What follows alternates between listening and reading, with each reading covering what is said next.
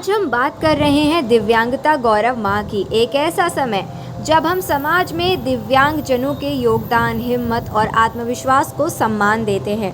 दिव्यांगता किसी कमज़ोरी नहीं बल्कि उनकी अलग पहचान है।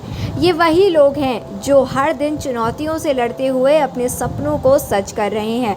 जुलाई का ये महीना हमें याद दिलाता है कि हमें एक समावेशी और सम्मान समाज बनाना है, जहां हर व्यक्ति को समान अवसर और सम्मान मिले, चाहे उसकी शारीरिक या मानसिक स्थिति कोई भी हो।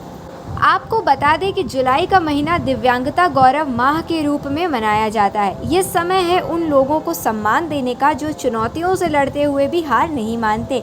आज हम खास तौर पर बात करेंगे मानसिक दिव्यांगता की, यानी ऐसे लोग जिनकी सोचने, समझने या व्यवहार करने की क्षमता कुछ अलग होती है।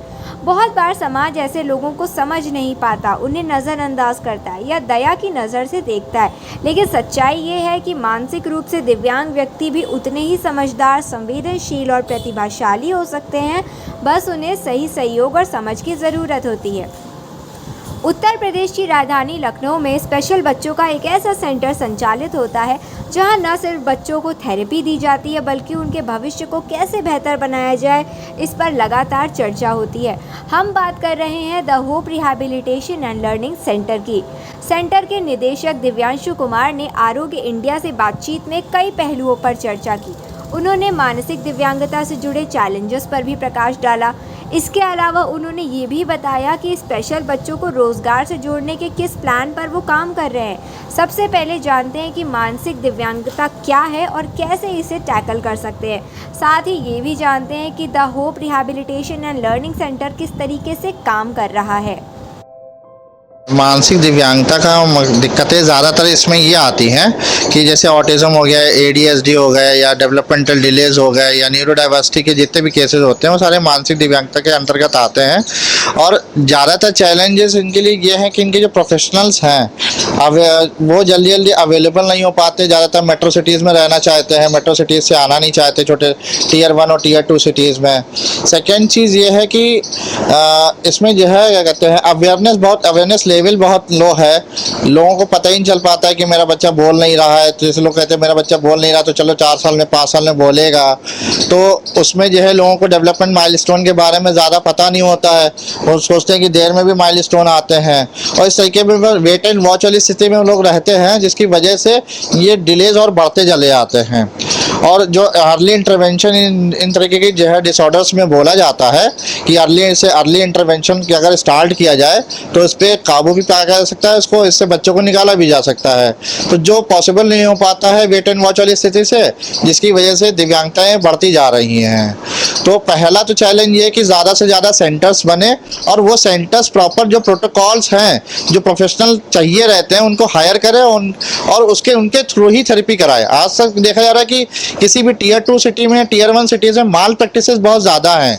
जैसे कई बार होता है कि डिप्लोमा होल्डर्स जिन्हें अलाउड नहीं, जिनको किसी बैचलर या मास्टर्स के अंडर में काम करना चाहिए, वो लोग इंडिपेंडेंटली काम करते हुए दिखते हैं, जो कि RCI की गाइडलाइंस के बिल्कुल अगेंस्ट है।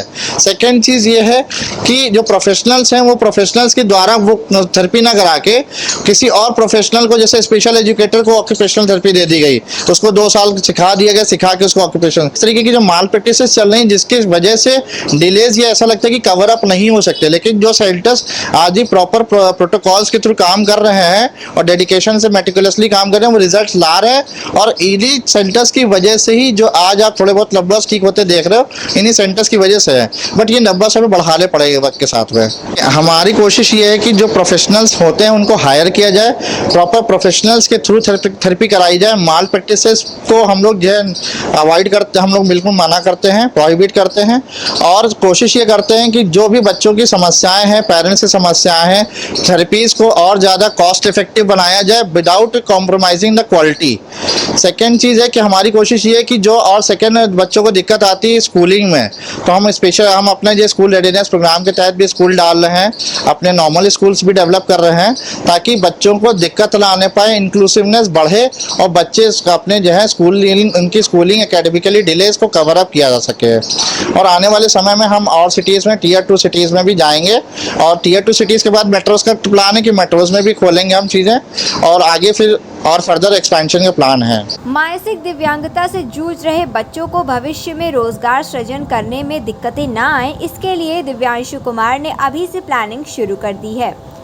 आने वाले समय में हमारी बहुत सारी जो है सरकारी संस्थाओं के साथ टाई अप और कोलैबोरेशंस लगे हुए हैं, जो बहुत जल्दी आपको सुनने में भी मिलेंगे। उन कोलैबोरेशंस के थ्रू हमारी कोशिश ये है कि हमारे बच्चों को हम जो है प्रोफेशनली जो है चीज़ों को सिखाएं, उनको सर्टिफिकेट कोर्सेज करवाएं, और आने वाले समय में और बाकी उसके बाद हम खुद के अपने पब्लिकेशन हाउसेज और रिटेल हाउसेज पे भी जाने वाले हैं जल्दी से जल्दी। और रिटेल हाउसेज के थ्रू जो बच्चे नहीं रिहैब हो पाए उनको ट्रेंड करके यहीं से उन रिटेल हाउसेज में उनको आगे जॉब के अवसर प्रदान करने की कोशिश की जाएगी। अगले अंक में आपको इस सेंटर की थेरेपीज के बारे में भी जानकारियां मुहैया कराई जाएंगी। इसके साथ ही ये भी बताया जाएगा कि किस थेरेपी का इस्तेमाल करके किस तरीके से किन बच्चों के लिए किया जा सकता है।